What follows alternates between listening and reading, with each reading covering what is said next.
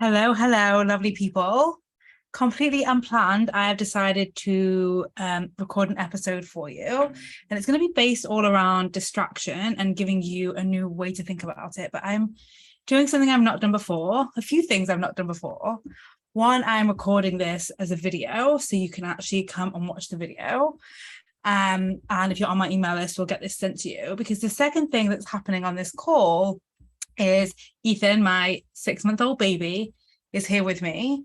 And right now he's being quiet, which is great, but he might not be quiet the whole time, and that's also okay. In fact, I didn't wait for a moment for him to be quiet and calm to do this. I actually just decided to do it because I've been being inspired recently. As you guys know, if you've followed me for a while, learning about this mum work life and the way that we are traditionally taught around distraction, and the way we are traditionally taught around it is to remove distractions, right? Switch the phone off, get the nanny or get a nanny, or get them in nursery, and definitely separate all these areas of our lives. And I have traditionally also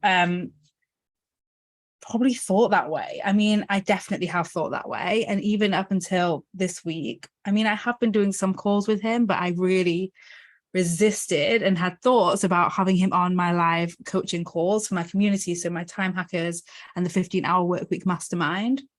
And then this week, life happens, as I speak to you about. Life does happen. And what I planned for him to have covered during me coaching back in Time Hackers, which I was super excited about, it wasn't available. And so I had the option to either have him with me or to get one of my Time Hacker coaches to do it, which would have been fine. And I've done that before.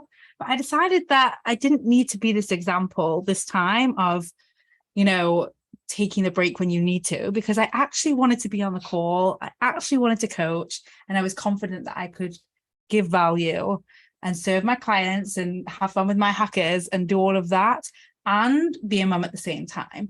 And then the more I thought about that, which I will say was like the 10 minutes before, it wasn't a super well thought out long. I should stop saying super well thought out, as though the length of time has something to do with it. I will say it wasn't a super long thought out plan. It was just a few minutes before, recognizing that not everyone has cover. Not every mum has cover. Not every person can plan for life happening with additional support, whether that's family nearby or paying for hired help or whatever it might be. Sometimes life just happens, and too often women are removed from these rooms and these conversations, even self-removed, right? Like deciding to, on purpose, there you go, deciding to, on purpose, sorry, just smiling because he's looking at the video, looking at himself there you go, deciding to remove ourselves from those rooms because we don't want to be distracted with our little ones. We don't want to be not fully focused and present for them. We don't want those lines to merge. And I think the result of that has really been as missing out on too many rooms. And I decided to show up anyway with him. And I will add, he was not being as quiet then as he is now. I think maybe he's getting used to this whole seeing mummy in front of a computer thing, whatever it might be. Or maybe he just likes looking at himself.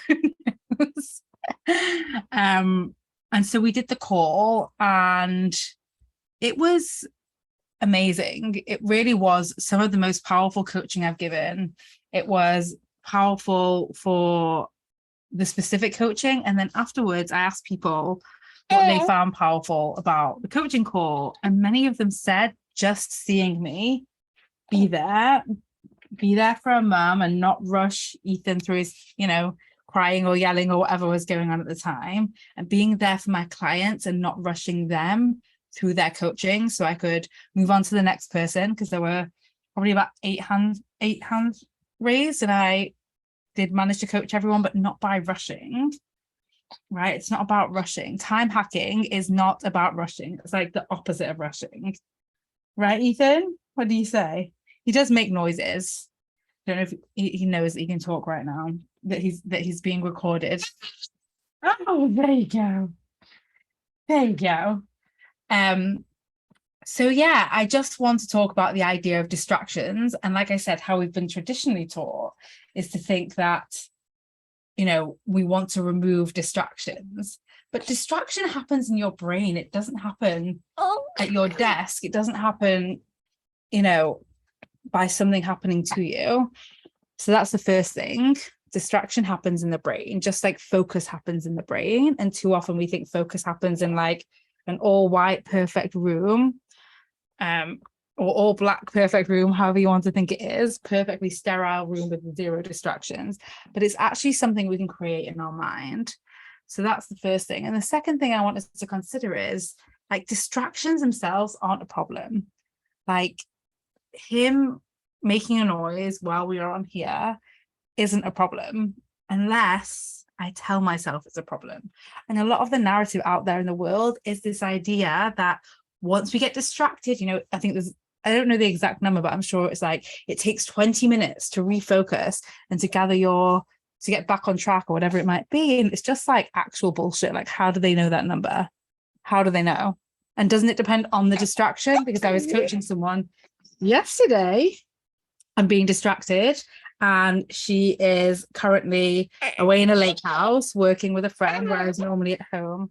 Hello, she has a baby.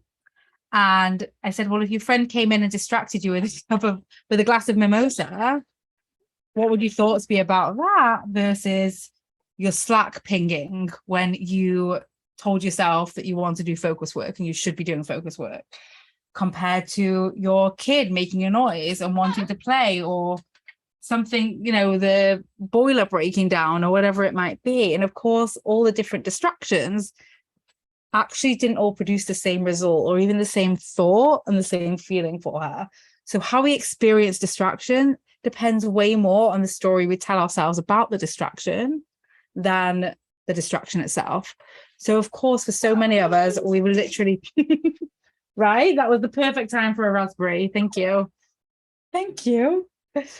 So notice how when he's distracting, when he's making noises, I'm not making it mean that there's something has gone wrong with this podcast. I'm not making it mean that something, that I've lost focus and that I can't get my focus back. And so I'm able to move quite smoothly and quite quickly between him and you guys.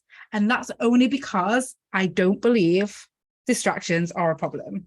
Now, I'm all for, employing the strategy of minimizing distractions. I definitely do that as well. It's a really powerful first step. But I also want to invite you to change the narrative that you have around distractions. Being truly indistractable comes in minimizing the distraction, the reaction, I should say, to the distraction, not the distraction itself. Right? If you have a distraction and your thought is, this is a problem, I've lost my focus, it's going to take me 20 minutes to get back on track, this is ruined, then you are going to spiral further and further away from what you are doing. Yes. But if you have a distraction and you think, this isn't a problem, I know how to focus, I was creating focus in the first place, and I can immediately go back to what I was doing, I'm always in control, then your experience is much different. And I wanted to, that's why I've done the video, so you guys can see what I'm dealing with here with this little monkey. And just for it to be a really powerful example. I think I could have done this podcast while he was sleeping, but to be quite frank, sometimes when he's sleeping, I just want to chill and do nothing. And I just wanted to get this message to you. It's not a problem that he's here. And so I invite you, whatever it might be, and it may not be a baby, it may be a pet, it may not be a pet, it may be your phone and waiting for a call, like whatever it is, play with the idea that you can be distracted and come back a lot faster than you've been told that you can. The secret is simply to not make the distraction a problem, to not buy into the idea that distractions are a problem, and to remind yourself how powerful and capable you really are. All right, that's it, my friends. I hope you enjoyed this ad hoc surprise episode and your first official introduction to Eithan.